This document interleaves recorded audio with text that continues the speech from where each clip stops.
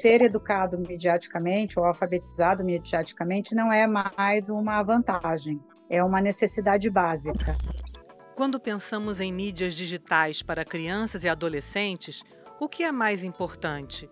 Controle dos conteúdos ou liberdade de expressão? A especialista deste Entre Mídias acredita que as duas coisas são fundamentais.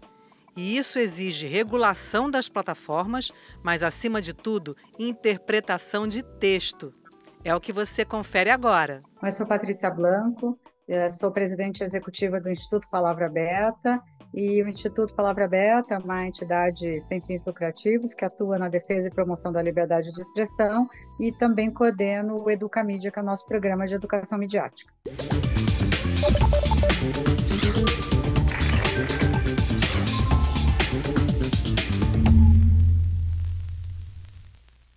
Explica, então, como é que a alfabetização midiática pode empoderar, pode desenvolver nas crianças e nos adolescentes uma visão mais crítica do que eles consomem nas redes hoje, na internet. Patrícia, eu gosto de dizer que hoje ser educado mediaticamente ou alfabetizado mediaticamente não é mais uma vantagem, é uma necessidade básica. A gente precisa olhar essa questão de uma forma um olhar muito atento, porque hoje todas as nossas relações são mediadas pela tecnologia, são mediadas por telas, são mediadas pelo ambiente informacional e midiático. Então, a educação midiática, ela vem com esse objetivo de fazer com que o cidadão, e quanto mais jovem, melhor, aprenda a acessar um conteúdo, a saber diferenciar esse conteúdo, a saber identificar a causa, o motivo, o propósito da informação que chega até nós, seja em qualquer ambiente, de qualquer meio, e faz também com que esse jovem tenha, né, um poder de se comunicar melhor, de saber aproveitar as ferramentas existentes para a sua autoexpressão e para o seu protagonismo. Então, educação midiática ou alfabetização midiática, elas são sinônimos, ela é hoje uma questão fundamental para que a gente tenha, de fato, um desenvolvimento social de toda a nossa sociedade. E quanto mais cedo, melhor a criança ter contato com a educação midiática, Patrícia? Sim, com certeza. O que a gente tem visto, Patrícia, é que com o advento, né, da tecnologia, com a chegada e a entrega cada vez mais cedo de dispositivos tecnológicos para crianças cada vez mais jovens, educar mediaticamente essas crianças desde o ensino fundamental, até do ensino infantil, dos anos iniciais do ensino fundamental, ela é super importante. Porque, por exemplo, a gente atua muito nessa questão do reconhecimento de imagem. É claro que o material voltado para uma criança ali na educação infantil, ela é diferente do material, né, voltado para adolescentes ou pré-adolescentes. Então, hoje é possível a gente já introduzir prática desde os anos iniciais. Então, a gente precisa olhar, né, com atenção para esse público. E, de novo, o que a gente tem visto é que cada vez mais cedo essas crianças estão acessando, né, a internet, estão acessando, inclusive, conteúdos que não são direcionados, não são específicos para essa idade. Então, a gente precisa, sim, introduzir esse tema quanto mais cedo, melhor. Como é que essas novas gerações podem ajudar no combate às fake news, não só como consumidoras dessas notícias, mas também como produtoras de conteúdo? Bom, primeiro que a gente tem que considerar que essa geração, né, que está aí, que está utilizando as plataformas, seja para se comunicar, seja mesmo para produzir conteúdo, e a gente vê, né, uma quantidade imensa de novas vozes, né, de aqueles conhecidos como os influenciadores digitais, que estão ali se comunicando, estão produzindo conteúdo, eles também têm uma responsabilidade, né? E a responsabilidade é de produzir conteúdos que não sejam conteúdos agressivos, que não sejam conteúdos baseados em desinformação, que esses conteúdos não causem qualquer tipo de incômodo ao outro. Então, o papel desses jovens, eles tem que ser encarado como um papel, com uma responsabilidade que vem com o advento dessa tecnologia. Então, o que eu tenho dito é que a gente precisa trazer esses jovens para perto, ensiná-los a reconhecer conteúdos, a saber diferenciar os gêneros textuais, a saber identificar, por exemplo, o que é um conteúdo de opinião, que é um artigo, né, que a gente falava muito no jornalismo, que é um artigo de opinião, de uma matéria jornalística, para que esse jovem também atue no combate à desinformação.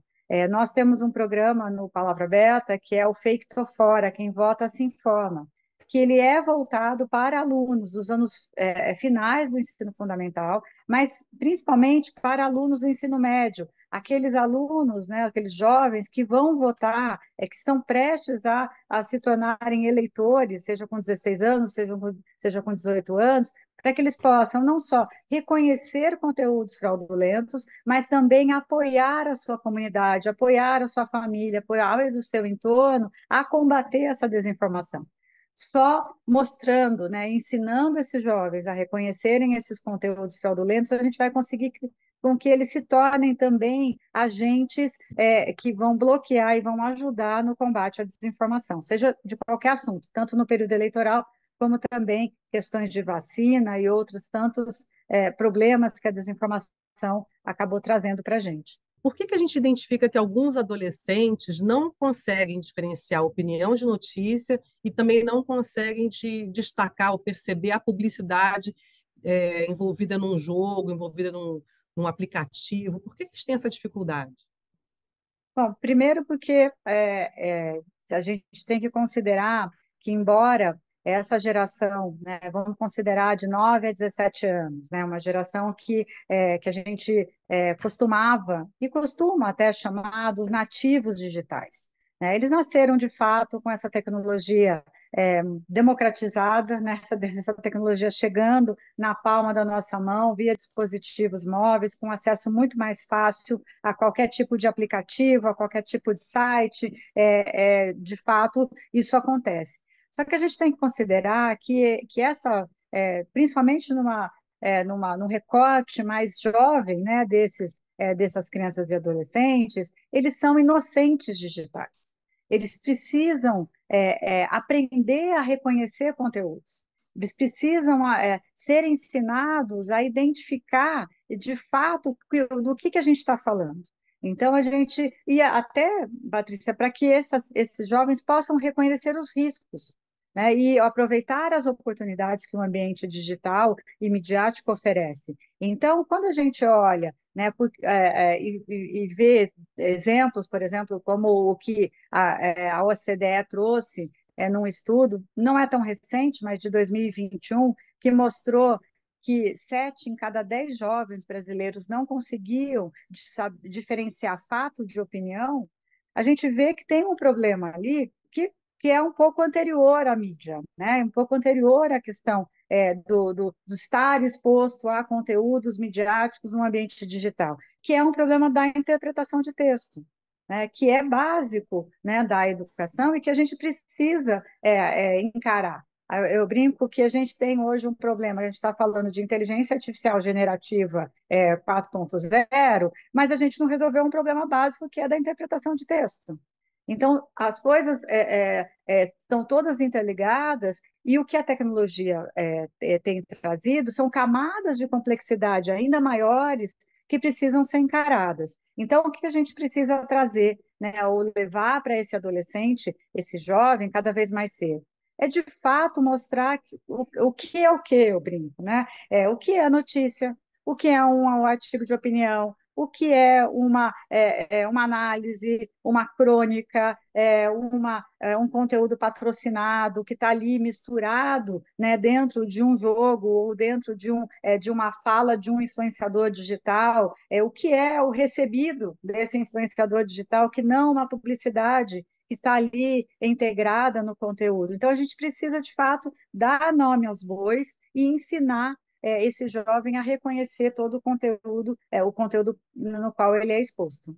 Né? Não é à toa que a gente está percebendo que vários governos estão retornando ao livro de papel, né?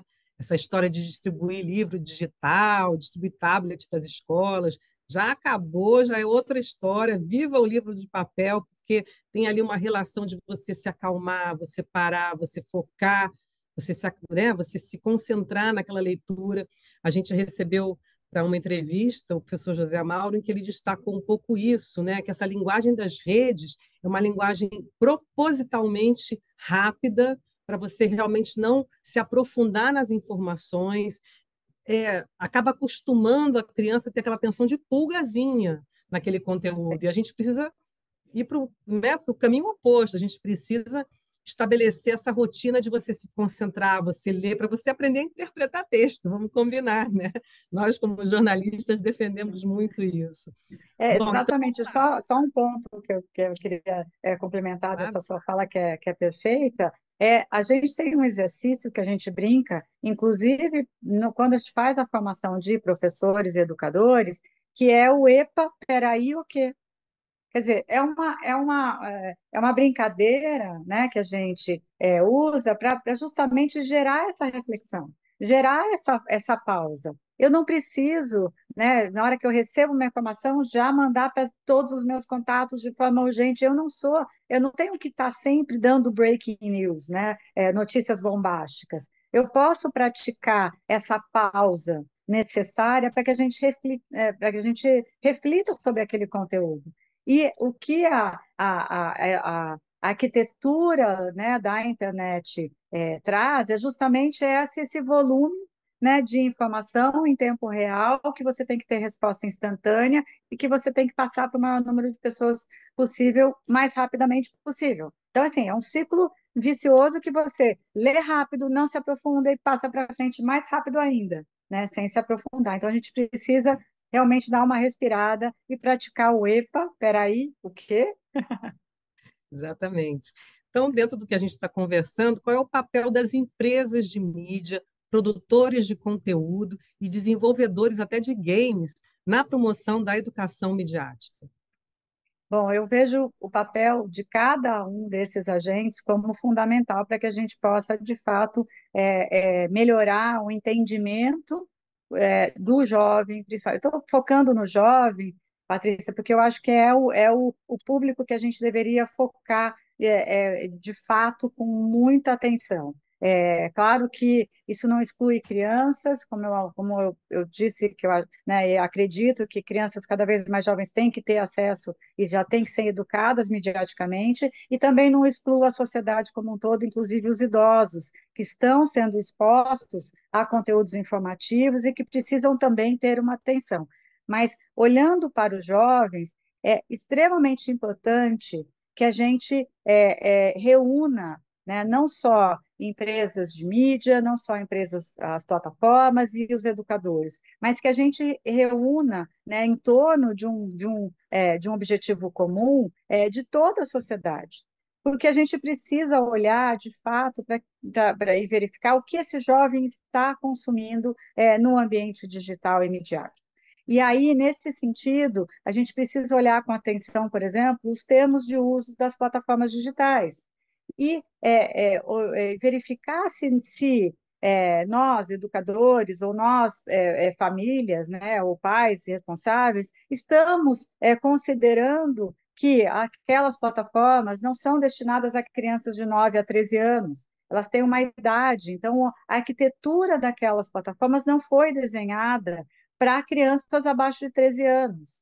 A gente tem que olhar, enquanto até redes de ensino, como introduzir esse tema, né, olhando o papel, né, da tecnologia no dia a dia desse jovem, sem demonizar essa tecnologia, ensinando esse jovem a localizar as oportunidades, mas minimizar os riscos, olhando a responsabilidade de cada um de nós. A gente tem que olhar para os governos justamente no lado da regulação, né, sem também criar uma sensação de proteção absoluta, simplesmente que você atira um dispositivo, né, da sala de aula, você resolve o problema. Porque muitas vezes o que a gente precisa é encarar esse problema e educar para o uso. né? Então, a gente precisa olhar, uma ação compartilhada. Acho que todos nós, enquanto sociedade, precisamos olhar para o uso da tecnologia com bastante atenção, mas eu queria trazer também um ponto que eu acho que é fundamental. Tanto nós adultos como os jovens temos que compartilhar a responsabilidade de estar nesse ambiente que pode ser extremamente positivo, que pode atrair, dar espaço para vozes cada vez mais plurais, diversas, mas também podem ser utilizados de uma forma não tão positiva assim. E aí, dentro disso que você está falando, o que é preciso ser feito para a gente garantir que o conteúdo oferecido na internet seja mais educativo e transparente naquelas intenções comerciais? Bom, primeiro, tem que ficar claro, né? No caso da publicidade, que eu posso te responder com mais conhecimento, porque eu sou do CONAR, do Conselho de Autorregulamentação Publicitária. No caso da publicidade, já é demandado, ali no Código de Autorregulamentação, a necessidade de você mostrar ostensivamente o que é um conteúdo comercial. Então, isso já existe, isso os anunciantes precisam fazer e os produtores de conteúdo também precisam demonstrar isso nos seus conteúdos. Então, quando a gente pega, por exemplo, um influenciador digital que fala, né, de algum produto sem mostrar ostensivamente que aquilo é uma publicidade, aquilo está sendo feito de uma forma errada. Então, os produtores de conteúdo precisam ter essa atenção, os anunciantes precisam ter essa atenção. Publicidade não é proibida no Brasil, mas ela precisa ser responsável, ela precisa ser identificada e ela precisa deixar claro que aquilo é um conteúdo comercial patrocinado, né, que está sendo exposto por aquele influenciador ou por aquele programa, né, que está sendo produzido. E aí, quando a gente olha, né, no sentido de como as plataformas operam, é preciso que a gente olhe também o lado de tornar transparente, né, o que é um conteúdo comercial, como aquele conteúdo comercial está chegando até mim, na minha timeline, né, por que que eu recebo aquele conteúdo comercial e você recebe outro?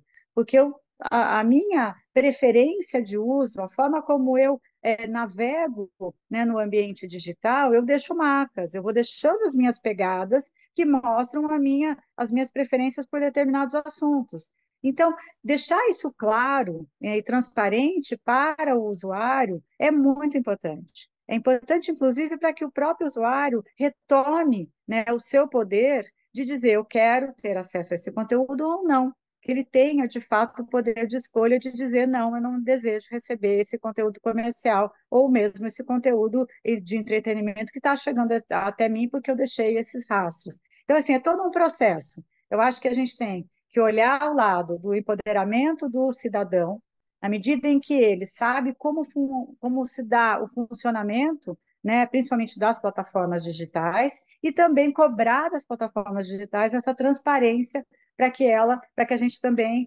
entre no ciclo aí sim virtuoso, né, do eu quero receber essa comunicação porque eu fiz eu assinei esse termo de uso conscientemente, então eu vou receber essa comunicação. Ou eu não quero, então eu não quero receber esse tipo de conteúdo e sou respeitada na minha opção. Patrícia, você falou que a educação midiática tem que ser uma necessidade, né?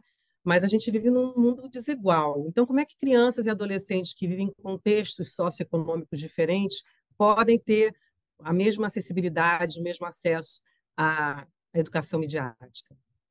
Bom, primeiro que eu falo que a gente não precisa, né, de tecnologia ou de dispositivos móveis ou de grandes investimentos para falar de educação midiática. A gente pode fazer educação midiática a partir, por exemplo, de uma embalagem de um produto, né, porque a gente vai olhar a embalagem desse produto e analisar criticamente o que está escrito ali. A gente pode, por exemplo, introduzir a educação midiática a partir de recortes de jornal. né? Se a gente olhar no formato analógico, né, sem a necessidade de dispositivos, é possível a gente analisar criticamente uma matéria jornalística, analisar criticamente uma mensagem publicitária, sem a necessidade de estar online ou mesmo de um equipamento de última geração. O que a gente tem trabalhado muito é justamente nessa formação do professor e do educador, para que ele possa, em diferentes contextos, em diferentes até realidades, levar o pensamento crítico, né? Ajudar o aluno a desenvolver o pensamento crítico para análise crítica da mídia, para análise crítica da informação. E aí, a gente tem um dos primeiros materiais que a gente criou no Educamídia foi justamente um kit de catas que era para usar, de fato, impresso, né, que está para download gratuito no site do Educamídia, e que tinha na frente, que tem, porque ele está disponível, na frente o que é influenciador digital, por exemplo, né, com o verbete, vamos dizer assim, explicando o que é o influenciador digital, e atrás perguntas disparadoras para que o professor, ou a professora, o educador, a educadora possam fazer exercícios em sala de aula. E olha, funciona maravilhosamente bem até hoje. Eu outro dia fiz uma oficina com alunos do primeiro ano de faculdade com essas cartas, e é impressionante a riqueza, né? Porque aí a gente começa a despertar questionamentos que antes não vinham, né? Que não eram trazidos, por exemplo, na hora de avaliar um vídeo do TikTok ou mesmo uma matéria jornalística. Então, a gente pode sim levar a educação midiática em qualquer território, levando de fato o que mais interessa, que é o desenvolvimento do pensamento crítico e da análise crítica da informação. E para você, quais são as habilidades chaves que você considera mais importantes para os jovens desenvolverem em relação ao consumo e à produção midiática? Bom, eu vejo que é um conjunto de habilidades, né? E aí eu vou listar aqui as quatro principais habilidades da educação midiática, que é saber acessar, né, a informação, saber reconhecer e analisar essa informação, saber produzir com ética e responsabilidade, né, qualquer conteúdo, e mesmo quando a gente ir olhando, né, o potencial que a gente tem a partir do acesso a ferramentas cada vez mais baratas, fáceis, acessíveis, né, de tecnologia, e participar de forma ética e responsável, entendendo o seu papel enquanto produtor de conteúdo. E aí, enquanto produtor de conteúdo, você não precisa ser, o jovem não precisa se tornar um influenciador digital ou um influenciador mirim ou um comunicador. Ele se torna responsável por qualquer conteúdo que ele compartilha, que ele produz, que ele curte. Quando a gente engaja num conteúdo, eu já estou dando um aval para aquele conteúdo. Então, entender essa responsabilidade no ambiente, né, que aí repleto de informações. Quando a gente dá um curtir, a gente está engajando. Então, quando a gente olha essas quatro, né, habilidades, a gente se torna, de fato, um cidadão mais responsável, mais ético no ambiente democrático e, principalmente, né, se tornando cidadãos plenos para o exercício da liberdade de expressão. Então, eu vejo como fundamentais esses quatro pilares aí da educação midiática. A gente está celebrando os 20 anos da Quarta Cúpula Mundial de Mídia para Crianças e Adolescentes. Então, eu pergunto a você, que balanço você faz desses últimos 20 anos? Muita coisa mudou nessa área de produção de mídia para crianças e adolescentes, na sua opinião, Patrícia? Olha, em 20 anos, eu acho que a gente evoluiu muito em termos de oferta de espaços, né? E também da chegada de novas vozes, de novos produtores, o que, se a gente considerar, não vamos nem chegar a 20 anos atrás, mas de 10 anos para cá, a quantidade de novos produtores mesmo de conteúdo que chegaram e que estão aí e com criando conteúdos muito interessantes, educativos, conteúdos que são, de fato, voltados para crianças e adolescentes, conteúdos feitos com ética, com responsabilidade. A gente ampliou, né, o espectro de oferta de produtores de conteúdo. Por um outro lado, a gente também viu acontecer uma queda no investimento de produções de conteúdo infantil, por exemplo, de larga escala. Então, a gente não tem mais aquelas grandes produções, né, que eram que exigem um financiamento muito alto, né, para, por exemplo, produção de conteúdo infantil nacional. A gente tinha o Castelo rá tim né, que é o grande exemplo de conteúdo infantil. A gente perdeu um pouco esse lado, né? E a gente perdeu justamente porque as empresas, as emissoras de TV acabaram fechando seus espaços, né, acabaram deixando de produzir esses conteúdos, e a gente também não tem mais uma indústria nacional produzindo ativamente, né, para a TV aberta, por exemplo.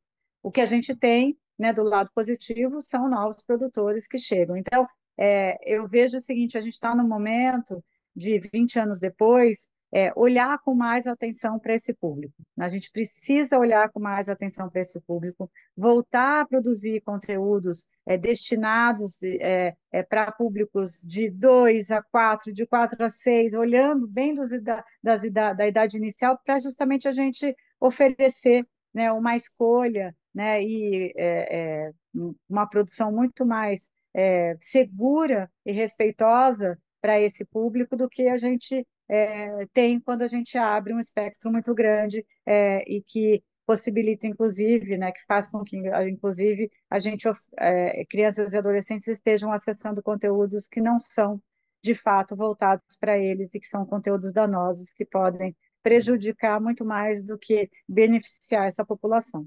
De que forma você acha que as plataformas digitais e as redes sociais influenciaram a forma como essas crianças e jovens hoje estão consumindo esses conteúdos e também eles são agora produtores, né? Estão produzindo esses conteúdos. A linguagem mudou, né?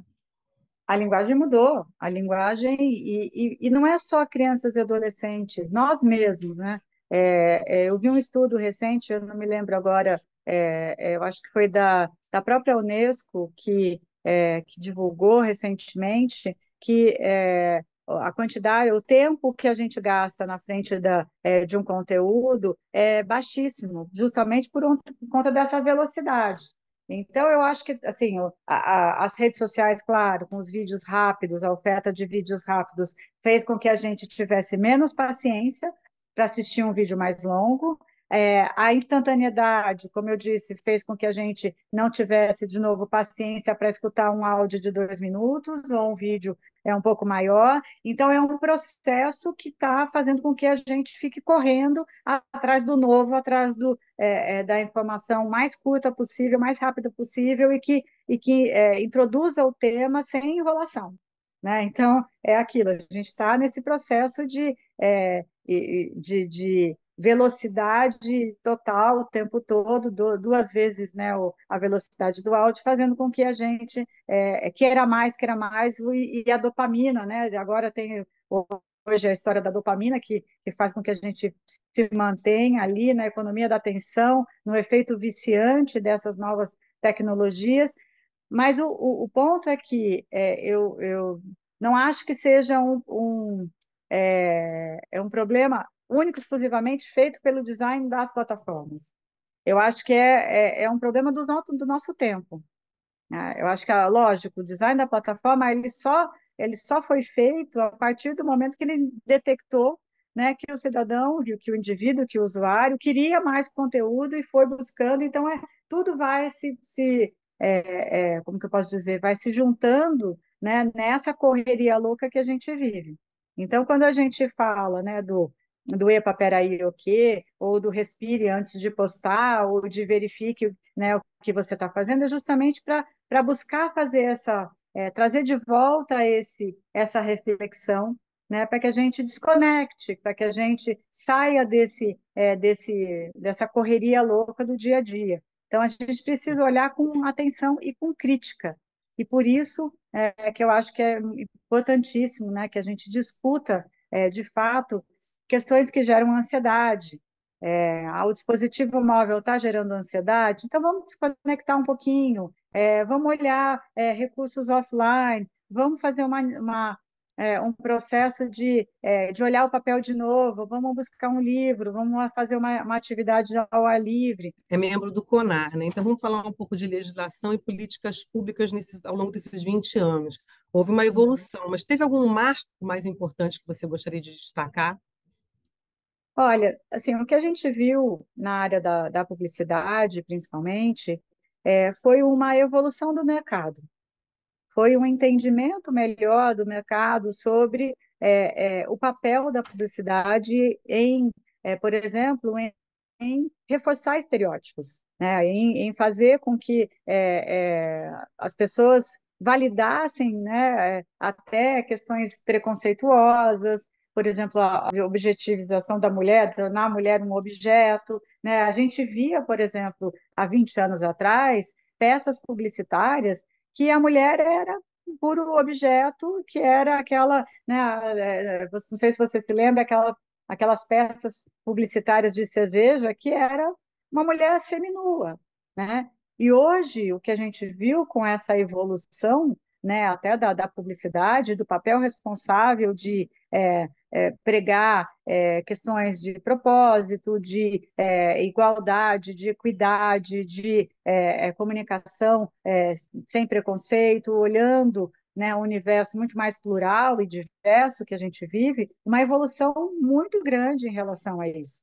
E se a gente olhar para o universo da criança e do adolescente, também houve um amadurecimento sobre o papel da publicidade na formação da personalidade da criança. A gente tinha anos atrás, de 15, 20 anos atrás, peças publicitárias, por exemplo, que incentivavam o consumo desenfreado de produtos, né? Tinha a famosa peça publicitária que não encontraria respaldo nenhum hoje em dia, que era aquela peça Não Esqueça Minha Calói, né? Que fazia com que a criança, né, escrevesse no cheque do pai, escrevesse em todos, deixasse bilhete na casa inteira, não esqueça minha calói, não esqueça minha calói. Hoje, esse imperativo de consumo, ele foi banido da comunicação mercadológica de produtos infantis. Você não tem mais, não existe mais, e o cuidado que se tem ao comunicar produtos e serviços para este público, ou voltado para este público, é muito grande. Então, eu reputo isso a uma evolução do mercado, mas também, e junto com a evolução do mercado, as regras cada vez mais rígidas colocadas pelo Código de Autorregulamentação Publicitária. No caso da criança, por exemplo, tem um artigo específico, que é o artigo 37, que traz regras muito claras, que proíbe, por exemplo, a merchandising, né, que é o fato de você mesclar conteúdo comercial dentro do conteúdo editorial, né, e ali a identificação é cobrada como sendo exigência, mas isso já tem 12 anos, 15 anos, né, então a gente está, de fato, evoluindo. O que a gente precisa avançar nessa questão da publicidade é educar o influenciador digital para que ele saiba, né, e para que ele entenda o seu papel também como comunicador. Ele, influenciador digital, hoje ele é canal, ele é meio, ele é anunciante, ele é produto. Então, ele precisa incorporar as regras da autorregulamentação publicitária na sua produção de conteúdo. Próxima pergunta é sobre as plataformas digitais. Como o Netflix e YouTube, eles revolucionaram a maneira da gente distribuir conteúdo para esse público infantil e juvenil. Que benefícios e que riscos isso pode trazer para esse público, Patrícia? Bom, eu separaria um pouco Netflix de YouTube, tá? Eu acho que são plataformas diferentes, né? Eu vejo o Netflix como um repositório de conteúdos no qual você escolhe o que você quer assistir a qualquer momento, o on demand ali, como sendo uma oferta muito interessante de conteúdos, principalmente se você coloca ali, né, os responsáveis, por exemplo, colocam ali algumas regras, né, você cria perfis específicos, né, que podem proteger a criança, então você tem o perfil em casa, por exemplo, eu tenho o meu, tenho o do meu marido, tenho das minhas duas filhas, cada uma com um perfil diferente. Por quê? A Netflix, ela atua com algoritmo de recomendação. Então, se eu sou uma pessoa que gosta de dorama, ou que gosta de conteúdo, de conteúdo coreano, por exemplo, eu abro o meu perfil, eu tenho todos os conteúdos coreanos ali sendo apresentados para mim. A minha filha, que gosta mais de conteúdos de época, por exemplo, aparece para ela todas as versões de Jane Austen, de Orgulho e Preconceito. Então, ela está ali. No caso do YouTube, o que a gente precisa analisar é que, da mesma forma como a Netflix tem algoritmos de recomendação, o YouTube também tem. E o YouTube tem regras, né, que tem ali filtros que permitem que você bloqueie conteúdos. Bloqueie, por exemplo, aquele autoplay, né, que quando você entra, você tem uma chavinha ali que você pode desabilitar o autoplay. O que é o autoplay? É a partir da análise de consumo, né, da Patrícia, o que ela gosta de consumir, então eu vou recomendando conteúdos similares para que ela permaneça ali, né? Então se eu bloqueio o autoplay, isso já eu que vou buscar o conteúdo, não é a empresa que vai me recomendar conteúdo. E também existe uma série, né, de controles parentais que é possível de você fazer quando você tem perfis de crianças mais novas. Por exemplo, você tem o YouTube Kids, né, e você tem outras, né, você tem o acesso a conteúdos educativos que são riquíssimos. Então, o YouTube lançou o YouTube Edu, né, para reunir conteúdos educativos. Então, assim, toda a tecnologia ou toda a oferta de conteúdos, a gente precisa olhar com bastante atenção para saber de fato se nós estamos aproveitando a oferta existente e bloqueando o acesso a conteúdos que são indesejados para qualquer faixa etária, inclusive para mim, para a sua, para que a gente possa proteger, né, ou nos proteger, ou proteger os nossos filhos, os nossos crianças e adolescentes de ter acesso a conteúdos que não são voltados para crianças e adolescentes, principalmente. Será que a alfabetização, né, a educação midiática também perpassa essa questão do uso das ferramentas de controle que essas redes, que essas plataformas fornecem para a gente poder criar essas limitações, essas restrições para as crianças e adolescentes? Faz parte disso? Faz parte porque quando a gente fala do universo da informação e desses diferentes canais de oferta, olha quantos a gente falou de mídia impressa, a gente falou de rádio, de podcast, que olha, o rádio e depois o podcast já é um advento novo, né? Um novo formato, se a gente olhar em comunicação via áudio. Se a gente falar de televisão aberta, televisão fechada, canais de streaming, né, que são o Netflix, o Disney Plus e todos os outros redes de streaming, os vídeos on demand, o canal de YouTube. Olha quantos, né, do universo da informação, olha quantos meios a gente tem hoje para acessar conteúdos. Então, quando a gente traz a educação midiática, tanto para educadores como para crianças, o que a gente mostra? Olha a variedade de canais que a gente tem hoje.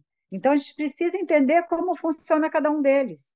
A gente precisa entender que o algoritmo de recomendação da Netflix é diferente do algoritmo de recomendação do YouTube ou do Instagram. Então, ter noção do universo, né, midiático que a gente está inserido é fundamental para que a gente possa fazer escolhas conscientes, né, escolhas informadas para saber qual a tecnologia que eu quero, ou o canal que eu quero acessar e de que forma eu vou aproveitar, né, todo esse potencial de oportunidades que ele me oferece.